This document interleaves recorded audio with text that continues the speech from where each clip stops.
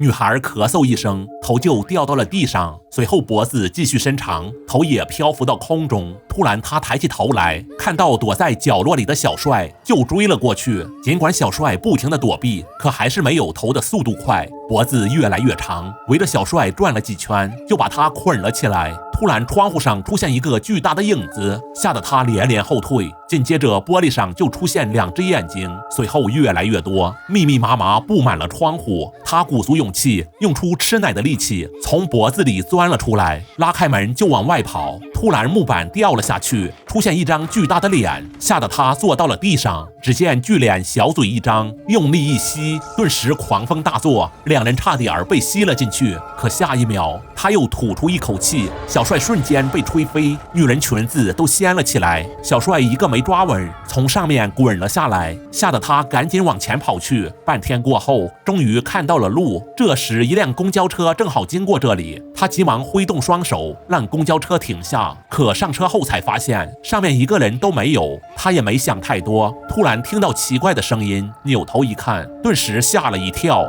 窗户上竟然趴着一个人，正试图闯进来。随后火光一闪，出现一个风火轮怪兽，这可把他吓坏了，于是想换个座位，可另一边窗户上的人更多，都想钻进来，这到底是什么车？幸好没过多久，他们就消失不见了。男人向前一趴，从30楼跳了下去，呼呼的风钻入口中，肚子就鼓了起来，砰的一声落到地上，又弹到空中。透过窗户看了眼电视，随后又落到地上，再次下落时，手伸长49.9米，抓住路灯用力一拽，头上就起了个包，晕晕乎乎掉了下来，吓得他赶紧到医院做个检查。通过全面扫描得知，他的身体变成了橡胶。当洗澡时，一个美女护士走了进来，可浴巾里包着高压电线，他插上插座，戴上绝缘手套，夹子上顿时冒出无数火花，还诡异地笑了笑。大壮也是一脸坏笑，让他赶紧过来。只见护士一步步向前，把夹子放到浴缸里，而大壮却一点反应都没有。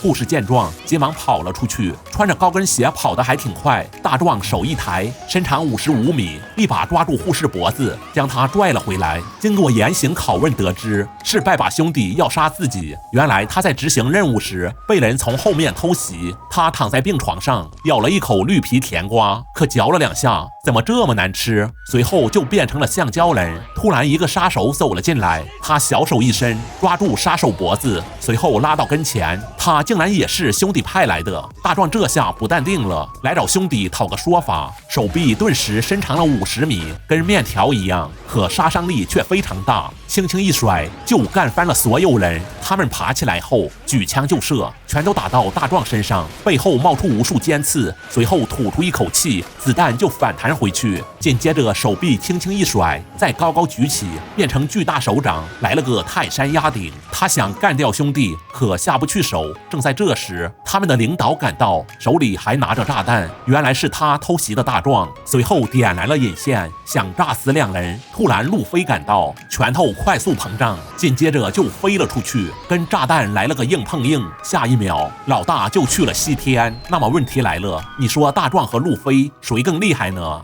女人小嘴一张，伸出长长的舌头，而老师对此一无所知。突然他似有所感，猛地一回头，却什么都没发现。难道刚才是错觉？小美继续写了起来。突然一个学生双脚离地，竟然飞到空中，手舞足蹈地朝前飞去。就当要碰到脖子时，小美回头一看，发现学生们坐得整整齐齐，她实在受不了了，一转身跑出了教室。学生们高兴地庆祝起来。她紧跑几步来到女厕所，突然灯光不停地闪烁，隔间门一个个开了又关，跟扇扇子似的，吓得小美哇哇大叫。紧接着水龙头流出了水，还哗哗地往外喷，通风口脱落，涡轮高速旋转，不停地闪着火花，打破玻璃后向小美飞去。幸好她及时抱住了头，吓得她哇哇直叫。半天后，老爸找了过来，发现小美躲在角落里瑟瑟发抖。他慢慢扭头望去，厕所早就恢复如初，好像什么都没发生过一样。原来他是学校的代课老师。第二天跟主任吃饭时，他说：江主任，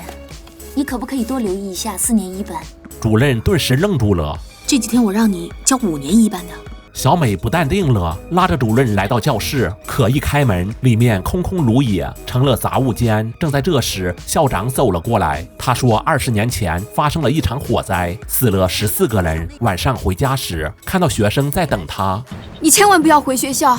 说完转身就跑，可没走几步就看到了前夫。他拿起苹果手机让小美看，里面小美正跟空气说话，随后把她带到一个大师面前，大师给她一个降魔棒，可刚回到家，座机就响了。老师都说你走不掉了，吓得他赶紧扔掉话筒，可下一秒灯光暗了下来，从手机里钻出一个怪物。他朝周围看了看，灯光不停地闪烁，这可把小美吓坏了。他紧跑几步，从包里掏出降魔棒，对准怪物用力刺了下去。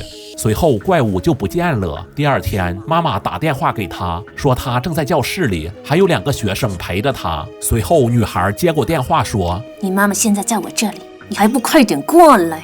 小美急忙赶到学校，可打开门一看，学生们闪着蓝光，笑得非常诡异。我妈呢？学生们让开一条路，而妈妈正坐在窗户上。你放了我妈！要不你死下来陪我们，要不你妈死，你选吧。我2个都不选。随后掏出了降魔棒，一片金光闪过，学生们急忙挡住眼睛，可下一秒妈妈就被推了下去。小美跑过去一看，妈妈躺在了血泊中，她非常伤心，看着放声大笑的学生们，小美大叫一声，举起降魔棒刺了下去。没过多久，学生们一个个都飞灰烟灭了。画面一转，警车赶到，小美被抓了起来，随后爸妈赶了过来，她才意识到不对劲。紧接着校长来到这里，他不是校长。只见校长推开柜子，露出20年前死者的照片，看到校长和主任都在上面，就是他们。随后警察拿来凶器，定睛一看，这根本不是降魔棒，而是螺丝刀。她的前夫几天前就是用这把螺丝刀自杀的。全部都是鬼，以为是鬼，全部都是人。原来鬼根本碰不到实体，只能控制人的思想，让其产生幻觉，从而做一些事情。毛毛电影带你走进电影人生。天上有个美女正急速下坠，男人看到后快速爬了起来，终于在最后1秒伸出双臂接住了美女。因为看视频点了赞和关注，2人这才没有受伤。原来小美不是人，而是一颗炸弹。见小帅不相信，他解开衣服，露出胸前的定时器，只要到了12点就会发生爆炸。小帅顿时瞪大双眼，还想伸手摸一摸，看看是真的假的。随后把耳朵凑了上去听了听，小美说这是末日闹钟，只有心跳时指针才会转动，爆炸后才能完成任务。当他们拉手时，顿时心跳加速。小帅定睛一看，秒针果然动了。为了走得更快些，小美主动把头凑了过来，这下速度快了好多。之后他们一起坐过山车，玩旋转木马，骑高空自行车，一起拍合照，就跟情侣一样。时间果然前进了很多，玩累了就在河边休息下。不过天气非常热，一滴汗水滑了下来，落到地上后发生了爆炸，把小帅吓了一跳。见他这么害怕，小美故意擦了擦汗水，往小帅脚下一甩，就发生了连环爆炸。原来他的身体由超级硝酸甘油构成，原子弹在他面前就是弟弟，如果他发生了爆炸，整个日本就没了。而身为炸弹，必须完成自己的使命。一听自己会被炸死，小帅不干了，说要死你自己死，不要拉上我。小美听了非常伤心，一滴眼泪滑了下来，顿时发生了大爆炸。幸好小帅没有事，随后他就跑远了。小帅急忙追了过去，半天后才找到小美。看着下面的美景，他说活着很累，会有很多痛苦，我要永远记住这一刻。说完撅起嘴，闭上了眼睛。小帅把持不住，就要亲上去。此时时钟急速旋转，眼看要到12点了，突然速度放慢。小帅后悔了，扒开衣服一看，就差5秒，可惜动力不足，没法前进了。小帅说我有女朋友，咱们不能这样。女孩听到后非常伤心，不断后退。心结打开后挥了挥手，一滴眼泪滑落，掉到地上后，小美变成一股烟，就消失不见了。与此同时，病床上一个女孩也没了呼吸。不久后，小帅收到一个礼物，正是那块末日手表。原来小美一直暗恋着他。毛毛电影带你走进电影人生。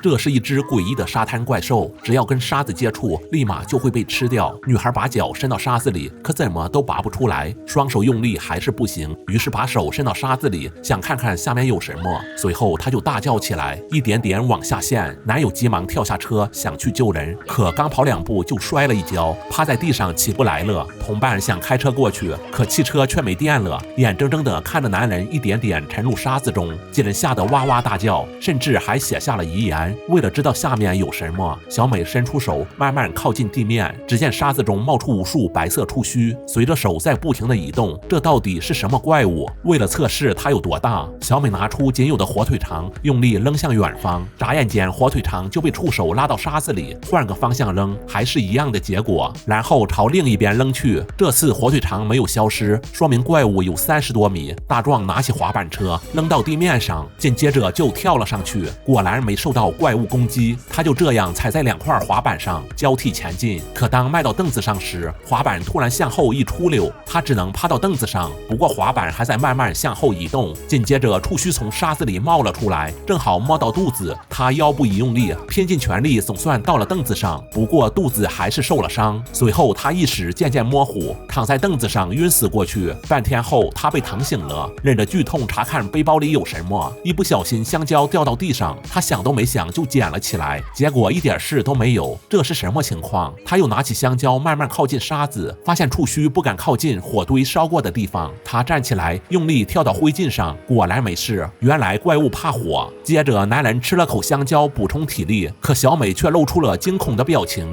低头一看，我了个乖乖，香蕉竟然从伤口里流了出来，吓得他赶紧把嘴里的香蕉吐掉，身子像掏空了一般，躺在凳子上爬不起来了。正在这时，一辆警车来到这里，他们大声呼救，让 FBI 千万别下车，赶紧打电话求援。可人家根本不相信有怪兽，觉得他们肯定吃了摇头丸，于是下车查看什么情况。就在大家以为他在劫难逃时，可什么事都没发生，因为他穿了鸿星尔克的大头皮鞋，怪兽根本穿不透。当他听到有2人被吃掉时，就想把几人铐回去，不料钥匙掉到了地上，他立马弯腰去捡，可手却被触手缠住，无论怎么用力就是拔不出来，而且越陷越深。随后跪到了地上，他赶紧拿出防狼喷雾，喷到了沙子上，触须立马缩了回去，他一用力胳膊就折了。几人惊恐的大声尖叫。突然 FBI 趴到了沙子上，触手紧紧抓住他的脸，一点点往里拽，没过多久就慢慢消失在沙子里，而留下的沙坑却慢慢复原了。这时小美看到远处的蛋壳，才想起怪物的来历，原来昨天晚上开派对时，小伙伴找到一个巨蛋，他们放到火上想烤着吃，可味道有点上头就放弃了。没想到怪兽竟然跑了出来，要找几人报仇，而他们的手机都在后备箱里，汽车也没电了，胖哥还被困在铁桶里。小帅是唯一有战斗力的男人，觉得该自己表现了，没想到接毛巾时围栏却断了，他狠狠地摔到沙子上，下一秒无数触须把他缠了起来，疼得他哇哇大叫，却无济于事，身体慢慢没了知觉，然后一点点消失在沙子里。而铁桶里的胖哥也被磨破了皮，触手闻着血液的味道向上爬去，突然感觉桶里有东西，他拼命挣扎，可就是出不来，下一秒就从里面伸出几条长长的触手，把小胖死死缠住，眨眼间他就消失不见了。可他们不能坐以待毙，小美把围栏拆下来后扔到地上铺了一条路，他们踩着木头向凳子走去，突然美女脚下一滑掉了下去，瞬间她就消失在了沙子里。之后二翠用浴巾裹住脚向警车跑去，正当她高兴时，怪兽咬住汽车轮胎不停地晃动，二翠摔到汽车上晕死过去，直到晚上才醒了过来。她扔下救生艇给她充满气，然后扶着大壮走了上去，可刚把大壮送到车里，怪兽就钻了出来。我了个乖乖，他浑身发着绿光，足足有30多米长，应该是吃了这么多人才长这么大的。小美把车后面的油桶提了上来，然后倒在附近的沙地上，这时触手还在空中不停地摆动，却没发动攻击。小美拿出火柴点燃后扔到地上，瞬间触手就着起火来，疼得她龇牙咧嘴，不停地扭动身体，转起了圈圈。小美趁机钻进车里，这时触手才攻击他们，可一点用都没有。第二天早上，一个陌生人把他们叫醒，小美试探着踩到沙子上，发现没有受到怪兽攻击，这才一起向家走去。而大壮却永远留在这里，怪兽则跑到了大海里，不知下次哪个沙滩会遭殃。毛毛电影带你走进电影人生。